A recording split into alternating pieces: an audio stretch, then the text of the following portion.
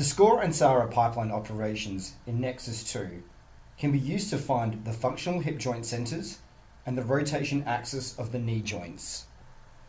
In order to use the SCoRE and SARA pipelines, you need to have a minimum of 3 markers on each segment, but we'd suggest having more for redundancy. We have 5 segments, which are the pelvis, the left and right thighs, and the left and right tibias. These segments in different combinations will make up the 4 joints.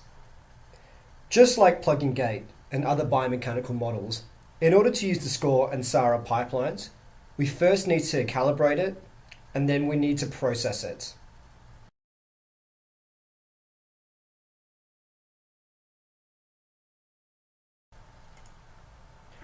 The range of motion needed to calibrate the hip joints is referred to as the star pattern, and this includes hip flexion, extension, abduction, adduction, and circumduction of both hips. As we are dealing with the hip joints, the segments that we need are the pelvis, the left and right thighs. As we can see here, I still have some gaps in my left and right ASI markers. I'm not actually too worried about these because these gaps are small. I'm also not gap filling, as that would introduce made up data into the algorithm, which isn't good. If the gaps were larger, I would actually capture a better trial. So to reiterate, when calibrating SCoRE and SARA, definitely make sure that all the segment trajectories are correctly labeled, but don't fill gaps.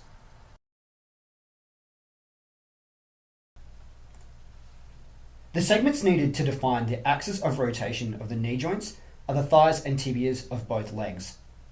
The range of motion required for the knee axis of rotation is simply knee flexion and extension. As we can see in this example, my subject is squatting. However, if your subject isn't able to squat, they can alternatively lift their leg off the ground and swing the knee by flexing and extending the knee joint and doing the same thing for the opposing leg. In this trial here, we can see that the ASI markers are missing for large portions of the trial. This isn't that bad, as we're not using the pelvis segment to define the knee joint. If the thigh or tibia segments had gaps that big, I would capture a better trial. Again, make sure that the necessary segments are properly labeled but don't fill gaps. For SCoRE and SARA, it doesn't matter what order you calibrate the joints. While I have captured the knee after the hip, I could have just as easily captured the knee range of motion first.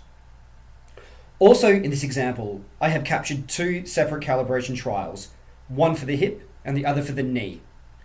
I could just as easily capture 4 separate trials so that it's 1 joint per trial, or alternately, I could capture all 4 range of motions in a single trial. The big caveat with this is that you will have to build your pipelines accordingly. For the rest of the video, I will be working with calibration and dynamic trials that contain range of motions for all 4 joints in the same trial, and so I will be building my pipelines accordingly. Now that we have captured the appropriate range of motion trial, reconstructed and labeled it, and ensure that all trajectories are properly labeled, we need to define our segments. And to do that, we are going to use the Calibrate OCST pipeline. OCST stands for Optimum Common Shape Technique. And we're going to choose 5 of these pipelines for each segment that we're going to create. I'm also going to rename these pipelines so that it will help me remember which segment is which.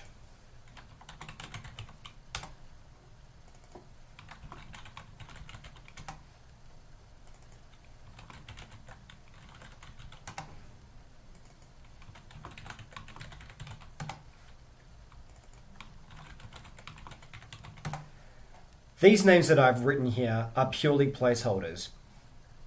Now, by highlighting the pelvis, I need to give it a name that will actually be used in the pipeline. Finally, I need to select the appropriate markers. To do this, I'm going to hold down the Alt key, draw a box around them, and turn the macro off underneath the markers. We can see here that the markers have been populated in the list. I'm going to repeat this step for my other 4 remaining segments.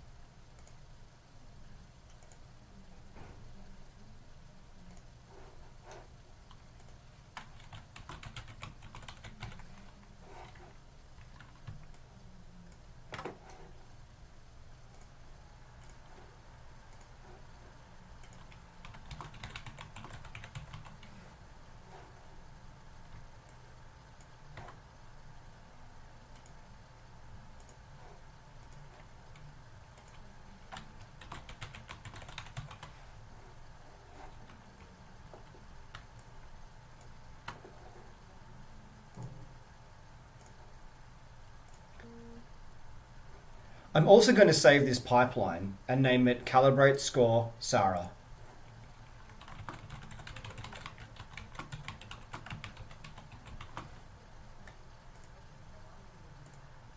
Now, when I execute these pipelines, we can see that we have a new axis dedicated to the pelvis, and so on and so forth for my remaining segments.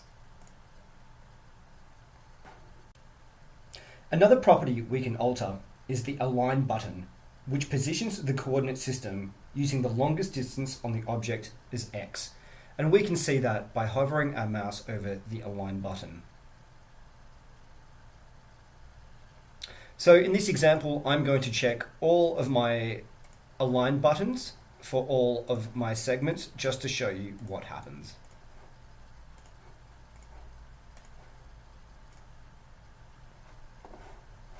And we can see here that the coordinate systems move. I actually don't want to use this for my rest of my SCoRE and SARA video, so I'm going to turn the Align button off and rerun the pipeline.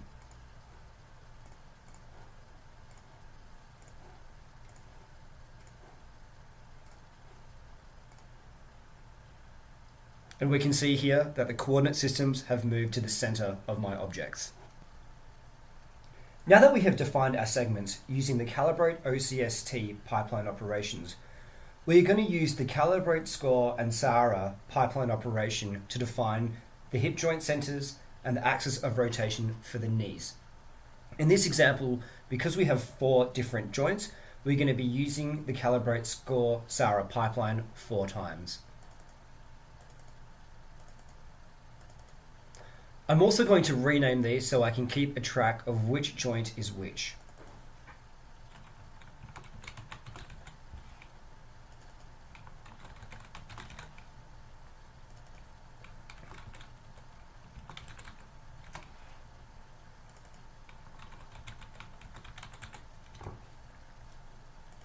The properties that I need to adjust are the parent name and the child name for each individual joint.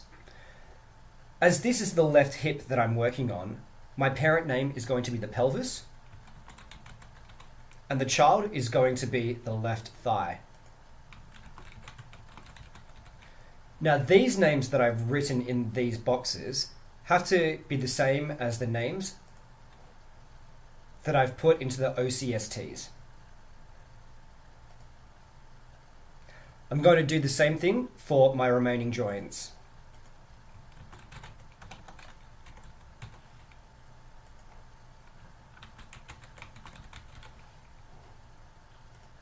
For my knees, the parents are going to be the thighs and the child's are going to be the tibias.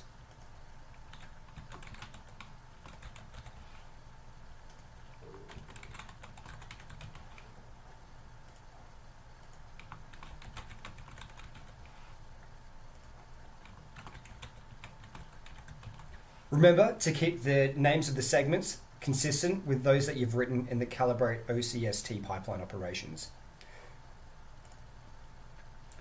For the hip joints, I am going to leave the SARA axis unchecked. However, for the knee joints, I am going to check the SARA axis. Now, when I run my pipeline operations, we can see that the hip joints are being created, as well as the axis of rotation for the knee joints. Once we have run a Calibrate SCoRE SARA pipeline operations, we can open up the subject and we can open up the model outputs and see that we have the modeled markers, which is our hip joint centers and our knee joint centers. And we also have the OCST bones.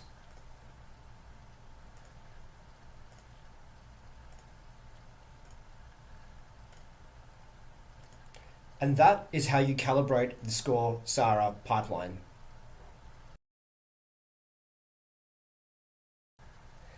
Now that we have finished calibrating our SCoRE and SARA, we now need to use SCoRE and SARA on a dynamic trial. In this case, I have loaded a walking trial. I've reconstructed it, labeled it, and made sure that there are no gaps, as we can see here.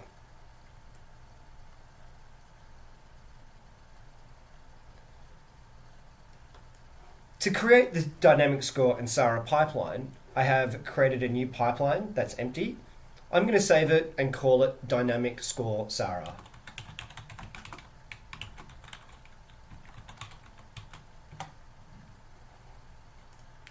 This time I'm going to go to the data processing available operations heading.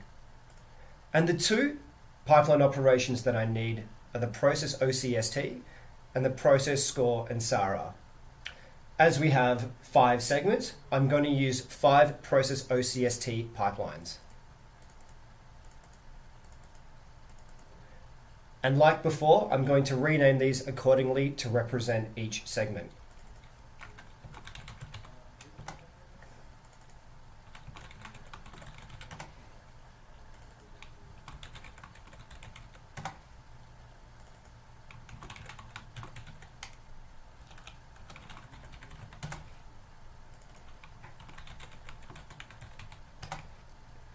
Again, the names that I've used here are purely placeholders.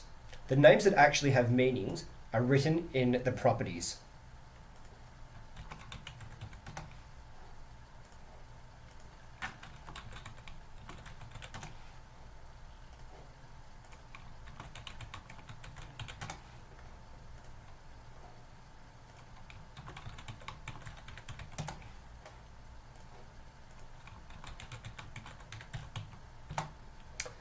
Now, I'm going to add the process SCoRE and SARA pipeline operations. As I have 4 joints, I'm going to use this 4 times. As before, I'm going to rename these to reflect the joints.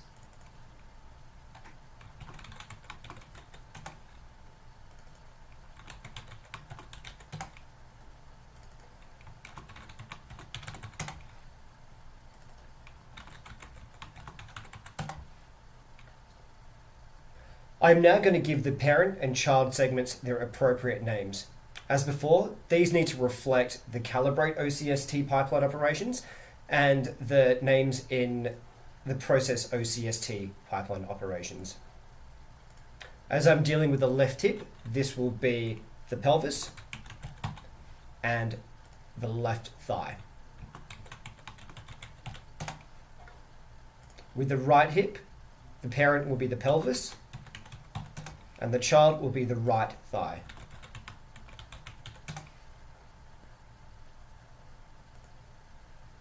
With the left knee, the parent will be the left thigh and the child will be the left tibia. The right knee, the parent will be the right thigh and the right tibia. A point to note is that these names do not necessarily need to reflect those of the segments of the VST. However, they do need to be consistent with what you're doing. Now, if I execute these pipeline operations individually, we can see that the coordinate systems of the segments are being created. And if I scroll forward and change my view, we will see that the hip joints are being inserted, as are the axes for the left and right knee. Now that we have modeled outputs, including the modeled markers and the OCST bones, we can plot these. So I'm going to close my tools pane to give me more space, and I'm going to split my screen and change it to graph view. This allows me to, for example, plot my left thigh, left tibia, SARA data, which we can see here. We can also plot, for example, the pelvis OCST bones.